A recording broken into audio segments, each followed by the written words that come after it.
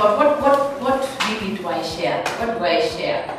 And Centonomy is 10 years old this year. Yeah.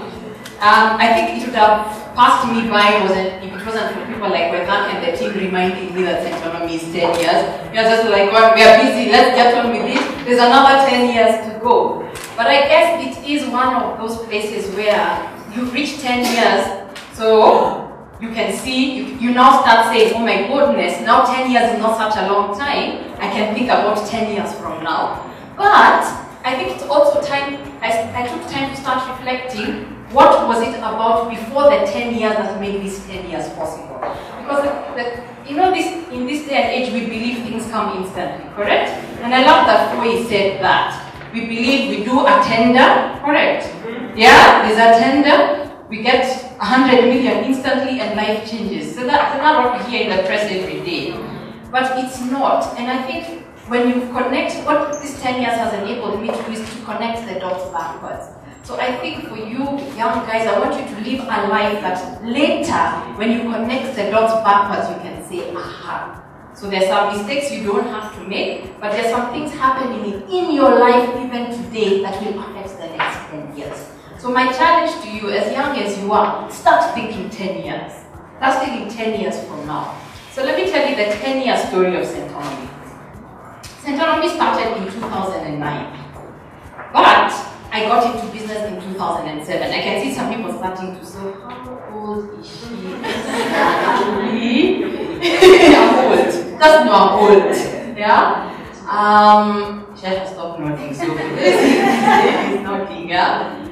But my first business, I left my job as a stockbroking analyst. And I went and started the same thing. It's what I knew. And you're asking, how do you know what to do? It's like, this is what I know to do, so let me do.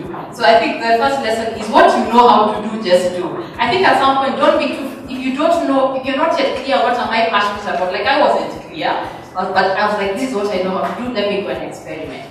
So I started a company that started helping people trade on the stock market. For 2 years, I made loads of mistakes. But in that, there's no experience you will ever have that is a mistake. So as much as I'll be considered one of those statistics of a business that failed, nothing in it was a mistake. Because that's when I started having conversations with people about money. I learned a lot, like, don't think the clients you had will come on board. I learned a lot about money, which then became the content you guys are seeing in class. Yeah? But I started having conversations with people about money. Because they started coming to invest in stocks with me. So sometimes, how do you learn what it is you need to do? Conversations, and start asking yourself, who am I having conversations with? Yeah. So in 2012, in 2009, I decided I'm done with the stockbroking. Let's go for helping people plan their personal finances. Now, if there's anything Centonomy has taught me, is the show must always go on. Because even these days when I talk to people and they say their business fails or collapse, I look at the situation and I was like, I was in that same exact situation, so why didn't I give up? All the problems people are talking about. So, 2009 we start. I'm in my worst financial situation in my life. Worst, yeah? And when I say worst, I mean you've gone and tried to withdraw 200 bob from the ATM. The ATM has laughed at you because minimum withdrawal, and this was pre-mobile money, I can pull M-Pesa, yeah? The ATM has laughed at you because minimum withdrawal is 500. So you've gotten to the point where you cannot withdraw the 200. You tried. You told you your balance is 200. You even thought, can I go to the bank physically to withdraw the 200? But yet, what did I start doing for people? Yes, in that situation, teaching them how to plan the money. Is anyone seeing the irony of this? Yeah? Is anyone seeing the irony of this? But I learned that my situation and what I can do have nothing to do with each other. What you can do is in your head. Your situation is just your situation. And it's only by how you think about that situation that things actually change. So when I go and start helping people plan their money, and yeah, 200 bob, and this guy is telling me how he earns 500,000 shillings a month, I'm looking at him like, what? Yeah? But nobody ever asked, and you, what investments have you made? Because I was dreading that question. Yeah? Little did they know, my mother was seeing me appear for dinner time and time again, because food situation was dicey in my house. But it taught me a lot. It taught me that everything is in my head. The client is not seeing what you talk yourself out of is what you're not going to do. I could have easily said, I don't have money, I don't have a money poster, I will not do it. I did, and then just the show kept going on. I also learned through this, because sometimes I got to in that period where you're even asking God, zap me into heaven. Because I remember thinking, I'm so broke, things are so hard, what am I doing here? And literally asking God, zap me into heaven. You know the Bible, I think it was Elijah or somebody who randomly disappeared and said he went and walked with God. I was like, God, even me, let me just zap me, I walk with you, because this life. But in that, I started realizing you are mentally able. All of you I'm telling here, you're here, you are mentally able. I don't care what is going on in your life, you are mentally able. So the biggest task you will ever have is changing your mind. Can you change your mind about yourself? Can you change your mind about your economy? Can you change your mind about your resources? Can you change your mind about the people you want to hang around with? So, I kept moving. One person. I'd make sure I go. Even in that broke situation, I remember going for some seminar, and I think that time it was some guys were putting up some real estate development firm, and they were asking that the people who should come to hear them should have, listen, ability to invest 100 million shillings and above. For some reason, I got onto this email, and for some reason that email was obviously by mistake sent to me, yeah? But I was like, I'm going to go. Of course, my first initial thought was like, at least they'll sort out my food situation. So when you go for those things, there's tea, there's snack. So I was like, I don't have to run to mom's house today, they'll sort out my food situation. But I sat in that room, and this is what you'll notice about all these people you admire, who have a genuine journey that you admire. Then they don't know anything. I'm not standing here because I pretend to know anything. In fact, when I was watching your business presentations, I was like, these guys know so much. I'm learning so much from you. And I sat in this room of these people who have 100 million and above. And in my head, if you have 100 million and above, you should just be in the clouds playing golf, sipping champagne kind of thing. What are you still doing here? But I realized the same thing we're doing as they asked questions. They didn't know more than me. And they were willing to talk, and I was like, these are just normal people. So I said, me with my 200 bob, sometimes 100, sometimes 500, sometimes I'm looking at the fuel in the car and saying, will this take me 1 E? E on standard is 1 kilometer or 3 kilometers or 5 kilometers. You're doing that measuring. Who am I not to learn? If these guys who have 100 million, they are men and women who have 100 million shillings to invest are here. Who are you? Who am I to feel sorry for myself and ask for God to zap me to heaven? So I just started changing my mind, and I was like, I don't have the right to feel sorry for myself. So anytime you get to that point, and you will get there, or maybe even already have been, have you gotten to the point where you're feeling so sorry for yourself? Yeah? Can I just tell you now, you don't have the right to feel sorry for yourself. If you go out into the world, not only is someone else worse off than you, but even in that situation, you will always have something you can use. If you have to get up and say, I am mentally able, then that is it. So we continue like this. We borrow money. I borrow money from my parents to get, but we continue like this. I'm a big fan of going out and seeing what other people are doing. And I attend this program. It's a life coaching program called Alabastra, and I see their model, and I'm like, we are struggling because it's one person. We have to go and teach one person. With my 1 hour, I can only teach one person. How about if I can get 10 people in a room? That conversation could never have happened without exposure. So how are you exposing yourself? Are you taking time? Remember, you do not know it all. Are you taking time to go see what other people are doing? You want to do Turkey? I'll just say go and visit someone else's Turkey farm.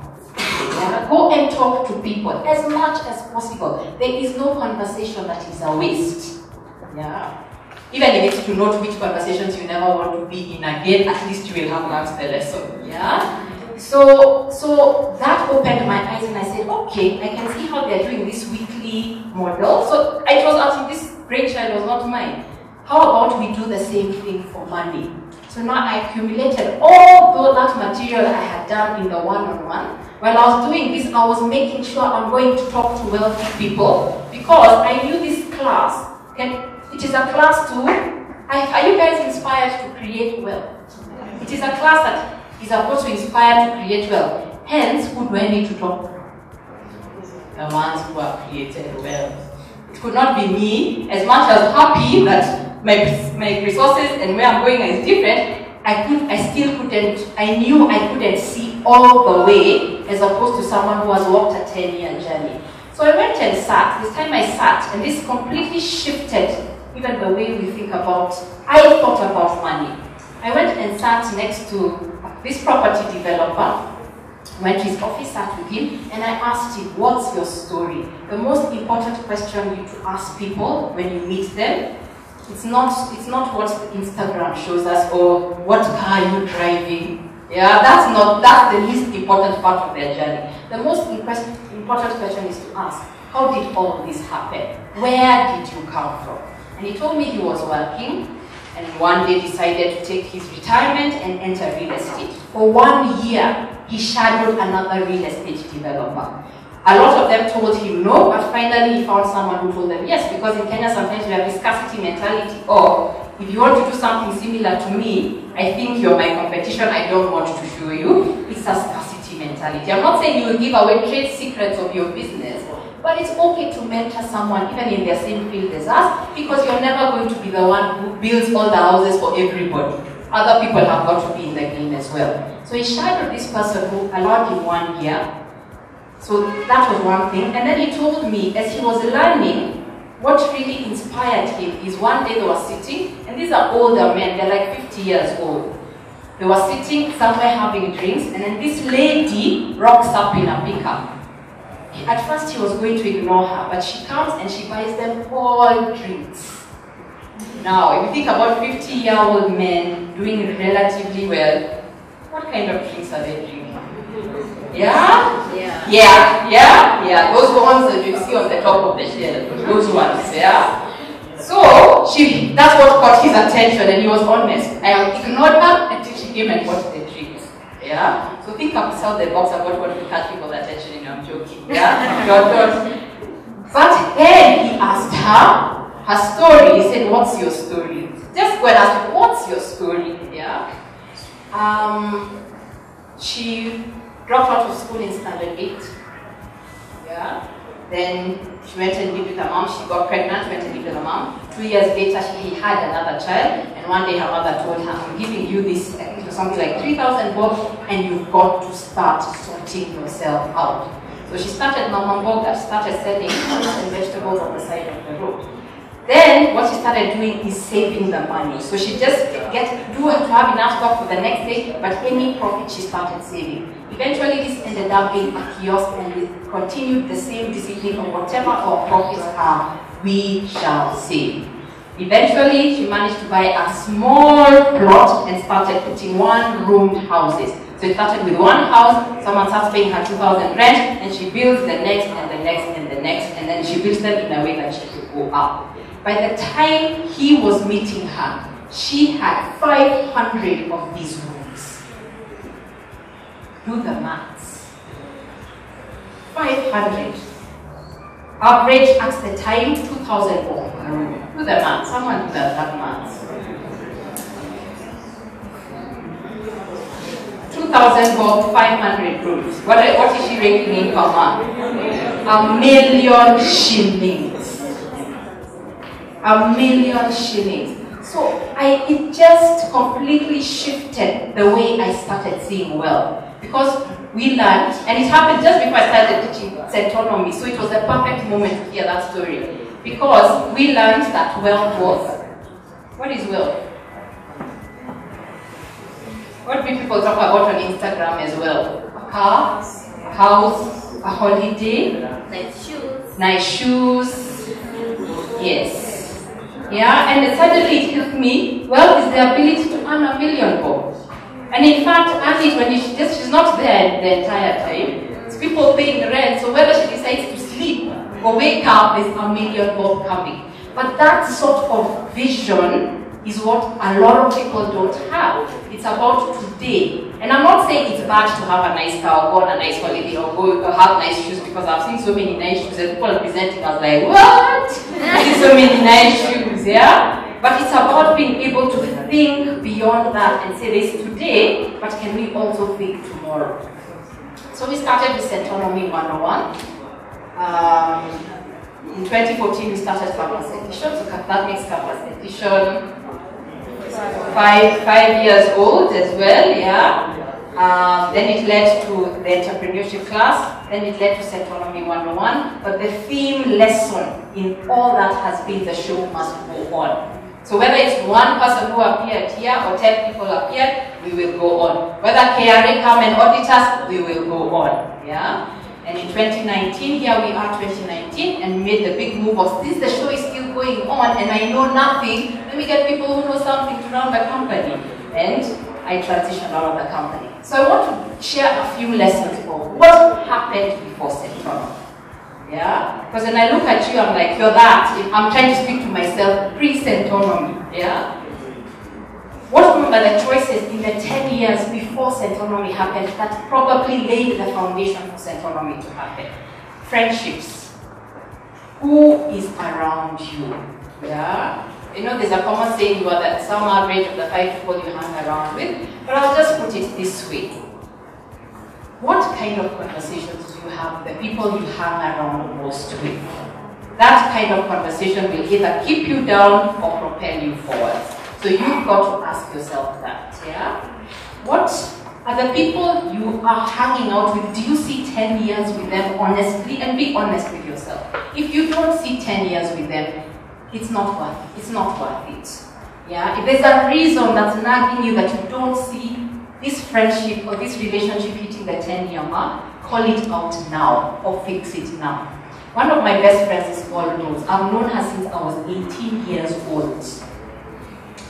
I'll continue leaving you to do the maths. They're like, it's how old that friendship, yeah? But it's been a journey of whatever the problem is, she can call me, I can call her when I'm in business problems, I can call her until today, yeah? So when I look at the kind of friendship, I was like, that was a value add friendship, because also of the conversations we started having years ago when we were 18. We dreamt about the next 10 years. We looked at what our lives would be the next 10 years. We talked about values. What do you value? Is what you value what your friends around you value? If not, change that circle now.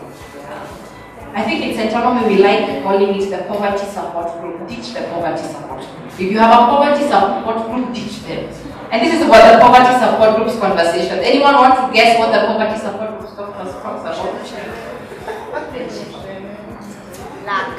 Lack. Yes. Not enough, there are no jobs, there are no what, the leaders, yeah, that is a poverty support group conversation. The kind of conversations I've had today are the wealth support group conversation. But think beyond the money, think about your life in the future. What will you need? If you look at the BMC, it could be like that key partner segment. Your life should look like a BMC. Go and ask yourself, who in my life, not just my business, who would be the key relationships or the key partners in my life journey, and look for them. I worked from when I was very early. I've had a job since I was 19 years old. Yes, Sheha, yes, yeah. I've worked in children's homes, I've washed dishes, I've worked in factories, I've gone and done filing in accounting firms, those dusty accounting firms in River Road, I've done filing there. I've worked in bookshops. yeah, I've worked since, so the concept, and here I'm waiting to finish university to get a job. I find that concept very foreign, yeah? And not all work paid, by the way. And I think when you're young, you have that luxury, yeah? You don't have a family or many kids depending on you. You don't need to be choosy, just work. The children's home was not paying me, but I worked. And when I say work, I had to be disciplined. You have to get here at 9. Even though we're not paying you, we expect you here at 9 till 5. What does working early start teaching you? Work ethic. And I think especially in this day and age, people are losing the work ethic because all we are promoting is how things happen instantly. It also helped me when the right opportunities came, I pushed the boundaries on it. So I would be employed as even at my last job before I started business, I was employed as an analyst, but I made sure I put up my hand for projects, even projects I was not supposed to get, and I was the one who got those projects. Because working early and seeing different things made me realize, even in the jobs I got, I did not put myself in a box. Yes, give me a title all you want, but I went there looking, what is the opportunity? So even if you do get a job, always go and push the boundaries on the job. You may be employed and you're told you're the marketing officer. Who says? Go and see what other opportunities are here that they may not even actually be seeing. Don't be a snob with jobs. Yeah, even as you're discovering what is my passion, what is my purpose, what do I want, whether it's a job or it's a business, just experiment. My answer to you when you're asking, there are opportunities, but I'm passionate in this, my answer to you is experiment at this stage. When you're choosing opportunities, there are a lot of jobs around, there are a lot of opportunities that come, but always go for the opportunity that gives you exposure, that gives you growth, that makes sure you are not kept behind a desk. Yeah? So if you get that, even if it's paying you less or not paying you at all, that is where you will grow the fastest. So choose jobs that give you that kind of exposure, that ability to actually grow. I got independent from a very young age. From the time I was 22 years old, I had to sort out my bills, as in my lifestyle bills completely. My parents paid the university, but when it comes to lifestyle and even money to hand, they were not going to give me. So, in university, I joined a dance group. Yes. So first, the lesson there is do things that spark creativity. That dance group sparked my creativity, yeah? But we would dance and we would get gigs and we would be paid. So the money for the rev, the money for the harm was sorted out, yeah? So, if you can already start seeing, challenge yourself. Can you fund your own lifestyle? You should be able to. You can. Let's start seeing, let me start there. It may not be the school fees, but can you start funding your own lifestyle? When I went to do my master's, I did my master's in Australia. Traveling back home was never my parents' responsibility, it was mine. So if I want to buy a ticket, it was my money that was going to buy a ticket. And I think in this day and age, I think there's so much thinking that somebody else along the way is going to come and sort me out. Don't think like that. Start thinking, let me sort myself out. Even if you expect a big inheritance from your parents, you might be shocked. Don't rely on that. And I'll choose this moment to speak to that concept of men, especially what happens with young people this age is someone, let me talk to the women in the room first, some guy is going to come and pay my way. There's a consequence to that kind of life. Even when we were in university, they were there, those sponsors were there. And we would see them rolling in their big cars. We would see the students who chose that life, and now, 10 years, 20 years from that life, I can see the consequences of the decisions they made. We would see how people would be sitting around having a good time laughing, a car comes in, someone gets very tense, very scared, and runs into a car and takes off. So we could see already what is being robbed of that person. The sense of personal freedom, the sense that you can actually control your own destiny and go after your own dreams, so that when you get into a relationship, you get into it at your own terms. Ladies, am I talking to you? Yes. Do not sacrifice yourself for that short term. Someone is going to pay rent, is going to give you paid drinks, is going to pay. I find it really, really sad, because I have now seen what happened. I can see the destiny it stole from people who decided to go down that route. and the sense of freedom it stole, it always comes at a price. Always comes at a price. Men, now let me talk to you. If you're being disturbed by a chick because she wants you to pay everything now, imagine just call it's a wrap. You don't need that. And I know what happens to men. You get stressed because you like this girl, but then she wants this lifestyle that you're not pushing yourself to afford. You're getting and hoping sports pesa you will win so that you can afford the date. And then it gets you into a cycle of gambling addiction, and all you are doing is trying to please this chick. She is not worth it as well. Imagine, even just wait, because those are the same people 10 years from now, when you're doing your thing, they'll be Sasa Johnny. Yeah, so just call it. Women call it. That guy, no. Even men call it. That chick who's pressuring you for money now, call it. Values. If you don't see 10 years, call it. Yeah. You may be heartbroken for a while, but trust me, you'll get over it. Yeah. I learned about social pressure. The first car I ever bought cost me 50,000 shillings. Yes. It was actually in a junkyard. They were about to destroy it for scrap metal. Yeah? And then they put some ad, I saw it, I went to saw it, and they're like, all it needed was an alternator. I don't know if cars have, they're so automatic these days, I don't know if they did that. And it could be fixed up. So I went and bought it for 50,000 shillings. Now, and this was when I was in university, when I went to do my master's. People laughed at me because the size of that car, you know the small Uber, Chap-Chap, smaller than that. You can imagine a car smaller than the Uber Chap-Chap. Like the Uber Chap-Chap, it was a Suzuki, but of those days. So the Uber Chap-Chap of those days. This one is luxury. I put an Uber Chap-Chap and I'm like, wow, luxury. It was like this square. Yeah? But that car got me to everywhere I needed to go. Me, I told you I've worked from the moment, so it got me to my jobs. Sometimes it was 2 jobs because I was working my day job and then I was working to do over the weekend to do stocking in a factory. It got me, and I remember the people around me started laughing at me. And sometimes when you make these choices, people laugh at you. And they're like, oh, your car, what, because they had gone and gotten themselves big fat loans and they were already driving Subarus and big cars on car loans. And then later, I observed, so I got through that, and people just accepted this is the way Waceke is rolling. But then when it was time to go to the hang, guess whose car people were entering? My micro Chap-Chap, yeah? And then later when I left university, I sold the car for a profit.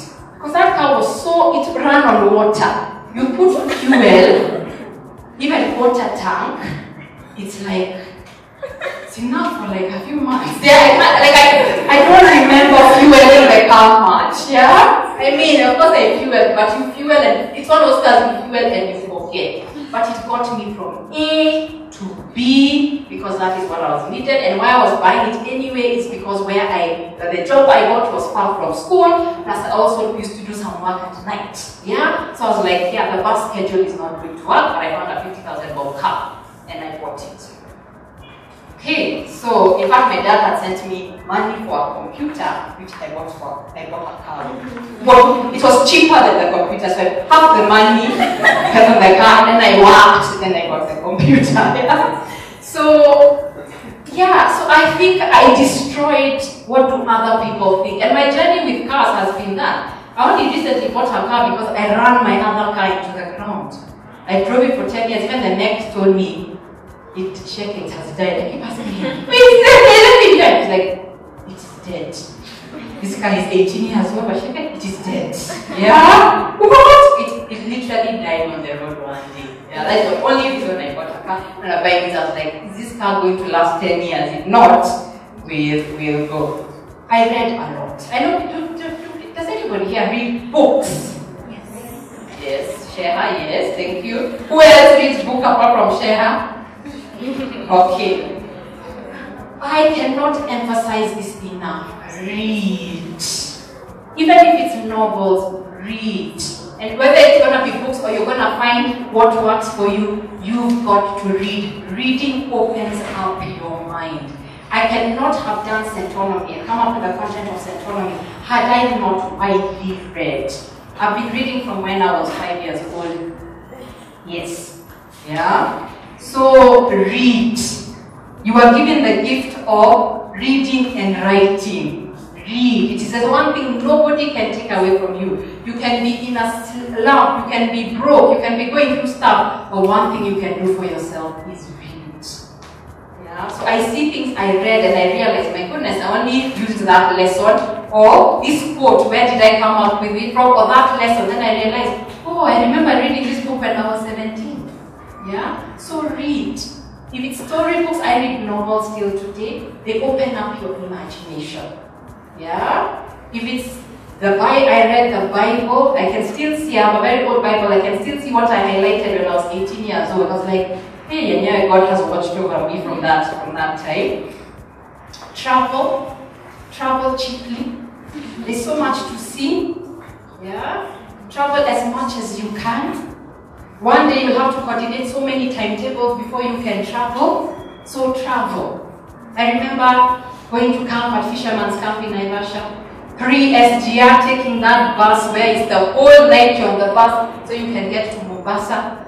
Going and visiting your friends in Meru, and then you go for a picnic at the Meru National Park. Travel, and I'll continue to travel. As you go, as you have more resources, you can expand the experience. But travel, go visit different cultures, go visit different countries. Yeah? When he works with us, one day came and said, thank you for the lessons at Centonomy. While you're here, I've implemented your financial plan. I'm 26 years old and I'm going for a Euro tour.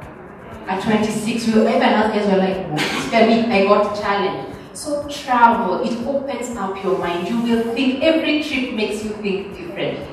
So travel is not going and staying in a desert in Dubai in a sparkling hotel, drinking sparkling drinks. That is not travel. Travel is about what, so that you can put it on Instagram that you went to Dubai. Travel is experience. What kind of experience? If it was not for Instagram, where would you travel? If there was no Instagram and showing people where you have gone, where really would you choose to go? That's where you should go. Yeah? I learned to deal with failure and rejection very early. I don't see people really tarmacking these days the way we tarmacked. Yeah, I tarmac. See people now look for, is this job advertised, and they apply.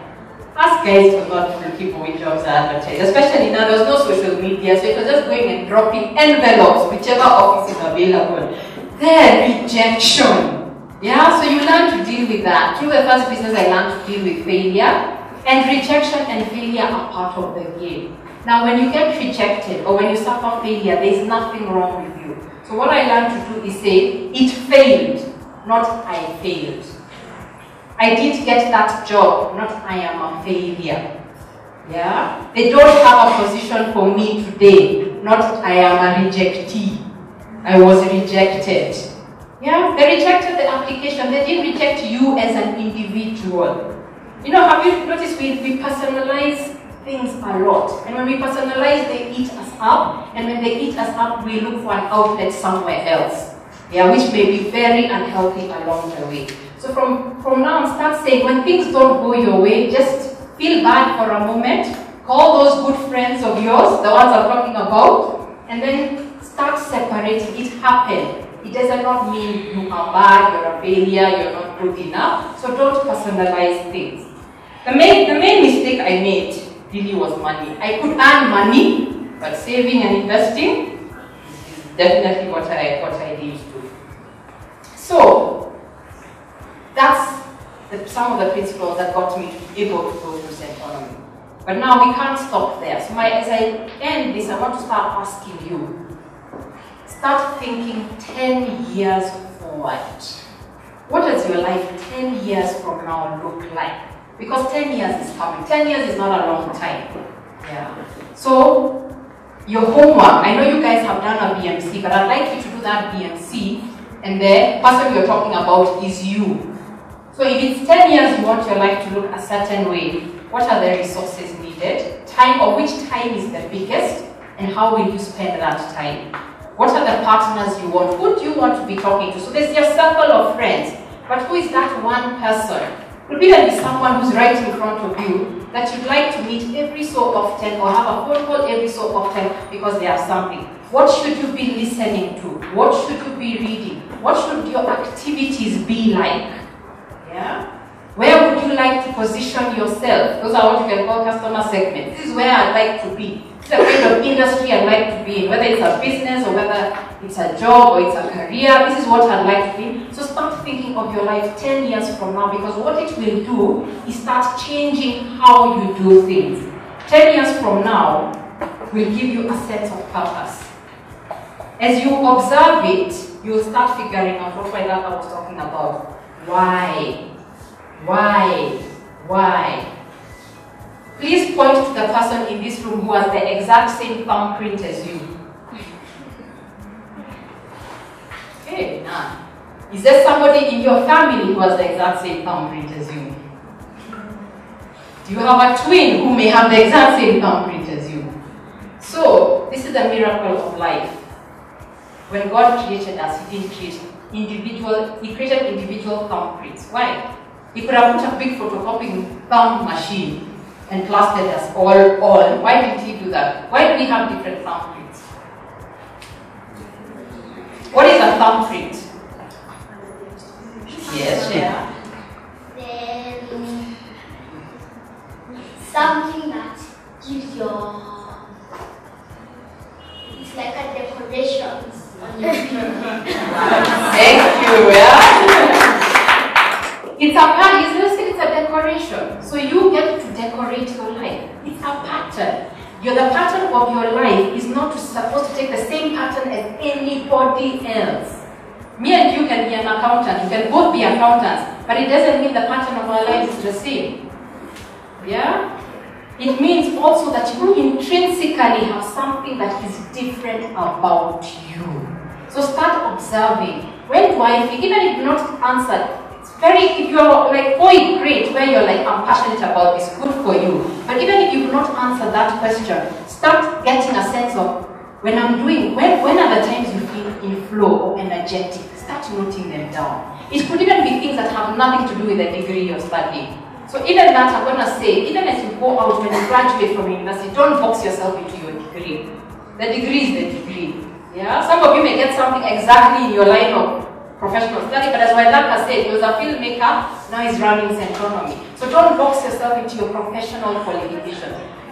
Do you thrive when you're drawing something? Do you thrive when you're listening to people? Do you thrive when you're explaining something? Do you thrive if you're one of those people when you're given a problem to analyze, you thrive? Start defining, learn to define yourself without the role of sister, friend, head of title, professional qualifications. If you want to describe, in fact, I'm going to, whether I give you 1 minute, I know you can do it. Describe yourself to the person next to you without using, this is what I study, this is what where I live, this is what my parents, whatever, do we describe ourselves? This is what I do. Yeah, describe, do not mention what you study.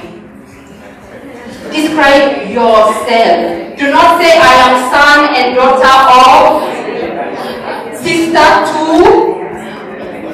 Yeah. Have you ever described yourself like that? Yeah.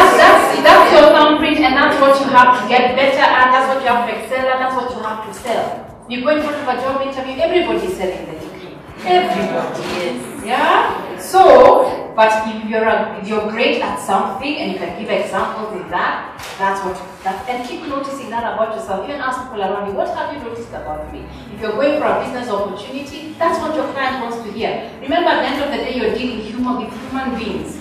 As much as we're in the digital age, the decision makers are still human beings. Yeah, and with human beings, you want to have a human connection. You only have human connections when you know who's the human trying to get the connection. Sell that as much as possible. Not Centonomy, I know people have degrees, but I can't tell you what degrees they have. But I can tell you who they are. I can tell you what's great about them. So it's not the degrees that remember, and maybe after your first job, you may find nobody ever will ask you again about your qualifications. Punch above your weight. Even if you see, 5 years experience, it doesn't harm for you to apply.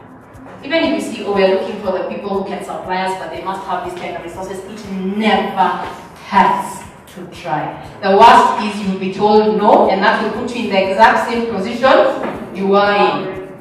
So don't see, we require 5 years experience and discount yourself. Just say, since they require that, this is how I'm going to go into the room and handle that challenge. Prepare in advance. What else do you actually have to sell? The journey of Centonomy has led me to be a faculty member at a college in the US called Babson. Yes. And again, there was no big application of me, them saying this is the opportunity for you. And this year, they told me, in fact, come and teach. They sponsored all my courses now. I went there and I thought, and now I'm faculty, at least for that program. So every year I'll be going to the US to teach that program in the summer. But it's about punching above your weight. I've punched above my weight and I've told clients, you should take me on because I'm the best. If you've got in that BMC, start asking yourself and go through the discovery, what am I going to be the best at so I can sit in front of somebody and say, with confidence, get me in because I am the best. Remember, where you are today has nothing to do with where you're going. What you have has nothing to do with where you're going. Your lack of experience has nothing to do with where you're going. Your finances has nothing to do with where you're going. So punch above your weight. You're looking 10 years forward, be smart with time and say, how do I need to spend my time? Fun is always there. The first part must be part of your time. Yes, we must watch our Netflix, I understand. Yeah? But where else do you want to invest your time? What do you need to learn? Be smart with money. Don't be the mistake I made is I was earning it, but I was not smart with money. For the pre-Centonomy 10 years. I learned about money as I was teaching at Centonomy.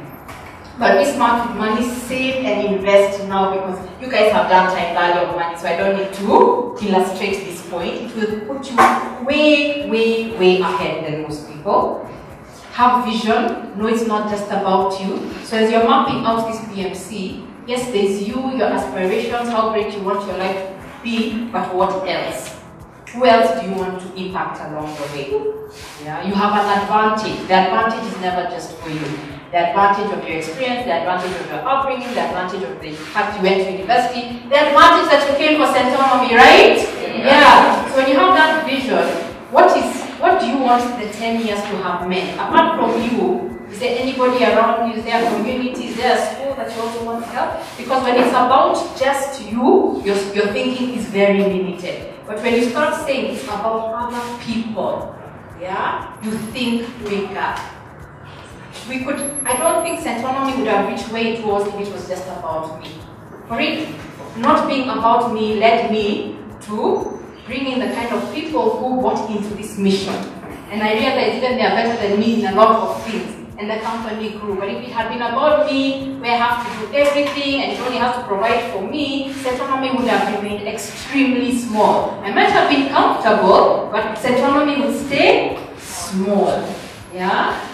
So start learning to craft a vision. And all these things I'm telling you, don't be overwhelmed that you have to get them right day one. Just start. Then as you're inside the bus of this life, you will start seeing things, realizing things that you keep adapting along the way, but at least you're inside the bus. Do not design your life from the bus stop. Once you design it, enter the bus. The bus will have bumps. Sometimes you need to take a different route, but at least you are inside the bus. Help also comes when you are inside the bus. Yeah? Take care of yourself. Take care of your spiritual, take care of your mental health, take care of your physical health. 10 years from now, you will need that 10 years from now. And I think we're living in an age where we're seeing both young people and older people. Suicide is on the rise, correct? Depression is on the rise. So start understanding, what do you need to take care of yourself? Yeah? And sometimes it could be you need a day when this is off. Yeah? It could be that. Because this, suicide and depression has risen with the rate of technology. Yeah? It could be a day when I just need silence. I just need to be offline. And then that helps me. Yeah? What do you do Bible study? Do you go to church? Just what works for you? Do you exercise? Let me tell you, all you guys are young, fit, good looking, slim. 10 years from now. Yeah? If you don't take care of these bodies now, if you trust me, they won't look like this. Yeah? So, exercise. Even not just for being slim and anything, energy. You will need energy. You have a lot of energy now, you need to keep that energy going. And lastly, opportunity, which is what I think Centonomy Campus Edition has been about. Opening your eyes so you see yourself differently, you see the world differently. So when you come out of here, you're not like everybody else. Opportunity, and why I'm telling you, look at 10 years. Even if you get to 3 years or 5 years, it's fine. Opportunity is what people cannot see today. That's where opportunity is. Whatever is today, everybody is seeing today. Yeah. Remember when Uber came in, we now decided we were going to have our own. Yeah. So the opportunity is not another Uber. Yeah. The opportunity is what is happening in the world. Like I really like when you talked about Turkey, you're so right. We've been boxed into it should be chicken. So we are seeing chicken. So maybe the opportunity is not yet another chicken supplier. The opportunity is Turkey. So opportunity is always what are people not seeing today, and then you plug in your uniqueness. That's what I told you to actually define.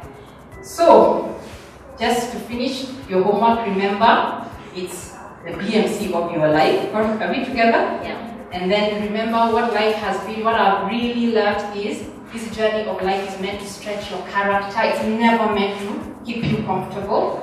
The more you stretch your character, the more you grow, the more you can actually see. And it's always about multiplication of resources. You only multiply what you can see. Yeah? So you have something now. You have some time, you have some money, you have some ideas, you have some networks. Multiply them. And then you keep multiplying, because wealth creation is about multiplication of resources. And I wish you all a life of abundance as you do this. Thank you.